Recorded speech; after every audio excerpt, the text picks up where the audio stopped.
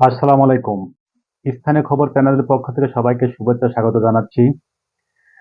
এই মুহূর্তে কিন্তু আমাদের দেশে ইলিশ মাছের একটা মৌসুম চলছে। আপনারা জানেন যে এই সময়টা ইলিশ মাছের মৌসুম। এই সময় প্রচুর পরিমাণে ইলিশ মাছ ধরা পড়ে এবং ইলিশ মাছের দাম তুলনামূলক কম হওয়ার কথা।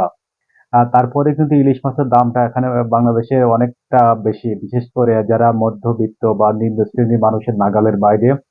তারা চাইলেই কিন্তু ইলিশ মাছ কিনে খাওয়ার মতো অ্যাবিলিটি তাদের নাই, যে অর্থনৈতিক অবস্থা তাদের মধ্যে বিরাজ করছে এই মুহূর্তে। ঠিক এমন একটি মুহূর্তে একটা হুলস্থুলুস কাণ্ড ঘটে গেছে ফরিদপুরে। আপনারা ইতিমধ্যে বিভিন্ন মিডিয়াতে দেখেছেন যে ফরিদপুরে একটা হুলস্থুল কাণ্ড ঘটে গেছে। একজন সংসদ সদস্য পদপ্রার্থী, অর্থাৎ ত্রয়োদশ সংসদ নির্বাচনে তিনি একজন সংসদ সদস্য পদপ্রার্থী।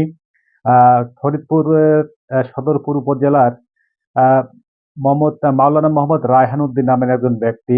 তিনি কিন্তু আগামী সংসদ নির্বাচনে একজন পদপ্রার্থী, সংসদ এমপি পদপ্রার্থী।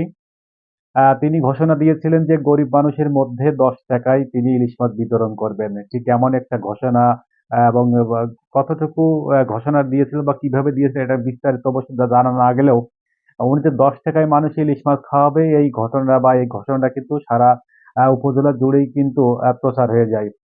ঠিক এই প্রচারের বা এই খবর শুনে উৎসুক মানুষ কিন্তু শত, শত বা হাজার, হাজার মানুষ কিন্তু ৳১০ য় ইলিশ মাছ খাওয়ার জন্য সেখানে জড়ো হতে থাকে। বিশেষ করে নিম্ন শ্রেণীর মানুষ বা মধ্যবিত্ত যাদের এই মুহূর্তে ইলিশ মাছ কিনে খাওয়ার মতো সাধ্য নাই, সেই মানুষগুলোই কিন্তু এই ইলিশ মাছ নেওয়ার জন্য ৳১০ য় ইলিশ মাছ নেওয়ার জন্য কিন্তু সেখানে ভিড় জমাতে থাকেন। এক পর্যায়ে একে, একে ১ জন, ২ জন, ৫ জন, ১০ জন করতে, করতে সব পেরিয়ে হাজারে মানুষে পরিণত হয়। এবং সেখানে এত পরিমাণ মানুষের ভিড় হয় যে সেখানে আর আ অনেকটা আইন শৃঙ্খলা নিয়ন্ত্রণের বাইরে চলে যায়। হ্যাঁ, এক পর্যায়ে যিনি মাওলানা রায়হান উদ্দিন, যিনি হচ্ছে এই নে ৳১০ ইলিশ মাছ দেওয়ার কথা বলেছিলেন। অবস্থা বেগতিক দেখে তিনি কিন্তু সেখান থেকে পালাতে বাধ্য হন এবং যারা উৎসুক মানুষ ছিলেন বা উৎসুক জনতা ছিলেন, যারা ৳১০ ইলিশ মাছ নিতে আসছিলেন, তারা এক পর্যায়ে কিন্তু তার প্রতি ক্ষিপ্ত হয়ে যায় এবং ৳১০ ইলিশ মাছ না পেয়ে তারা কিন্তু তার উপরে চড়াও হয়।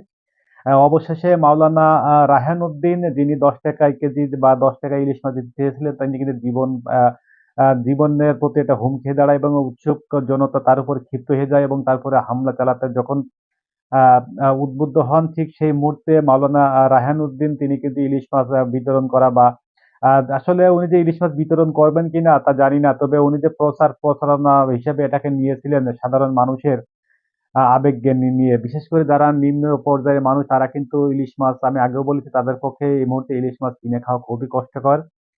তারা হয়তো একটু আশায় গিয়েছিল যে অল্প দামে যদি ইলিশ মাছ পায় হয়তো তারা একটু আ আ ভালোভাবে ভুরিভোজ করবে। কিন্তু মাওলানা রায়হান উদ্দিন, যিনি এই আসন থেকে ফরিদপুর ৪ আসন থেকে উনি সংসদ সদস্য পদপ্রার্থী ছিলেন। তিনি কিন্তু আসলে শেষমেষ অবস্থা বেগতিক দেখে তিনি এসব কার্যক্রম থেকে বা সেখান থেকে কিন্তু পালাতে বাধ্য হন। যাই হোক, এই ইলিশ মাছ কাণ্ড নিয়ে কিন্তু আজকে অন্যতম টক অফ দ্যা টাউন ছিল আপনার ফরিদপুর সদরপুর উপজেলা। আপনারা জানেন যে ফরিদপুর সদরপুর উপজেলা আটতশি যে একটা জনপ্রিয় একটা জায়গা। আটতশিতে কিন্তু সেখানে মাছটা দেওয়ার কথা ছিল, এই মাছগুলো দেওয়ার কথা ছিল। আর সেখানে কিন্তু মানুষ আস্তে, আস্তে জড়ো হচ্ছিল বা ধীরে, ধীরে জড়ো হচ্ছিল। তো অবস্থা বেগতিক দেখে তিনি যখন পালিয়ে যান, তখন কিন্তু ওই স্থানীয় জনতার মধ্যে একটা অন্যরকম একটা ক্ষিপ্ত মনোভাব চলে আসে। আর শেষ পর্যন্ত পরবর্তীতে আর যোগাযোগ করে মাওলানা রায়হানকে আর পাওয়া যায়নি। এই নিয়ে মানুষের মধ্যে একটা মিশ্র সৃষ্টি হয় এবং তারা ক্ষুব্ধ প্রতিক্রিয়া দেখায়।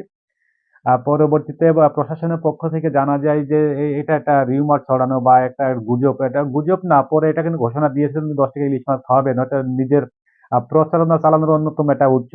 এখন মানুষের মধ্যে একটা প্রশ্ন হচ্ছে, যারা সংসদ সদস্য বা জনপ্রতিনিধি হবেন, তারা যদি শুরুতেই এরকম মানুষের সাথে একটা বাটপারি মনোভাব করেন, তাহলে না জানি এই সংসদ সদস্য যদি এই সমস্ত মানুষগুলো নির্বাচনে জয়লাভ করে, সেক্ষেত্রে জনগণের কি হবে? এটা কিন্তু মানুষের মধ্যে অন্যতম প্রশ্ন জাগছে। যাই হোক, সবাই ভালো থাকবেন, সাথে থাকবেন। আসসালামু আলাইকুম ওয়া রাহমাতুল্লাহ।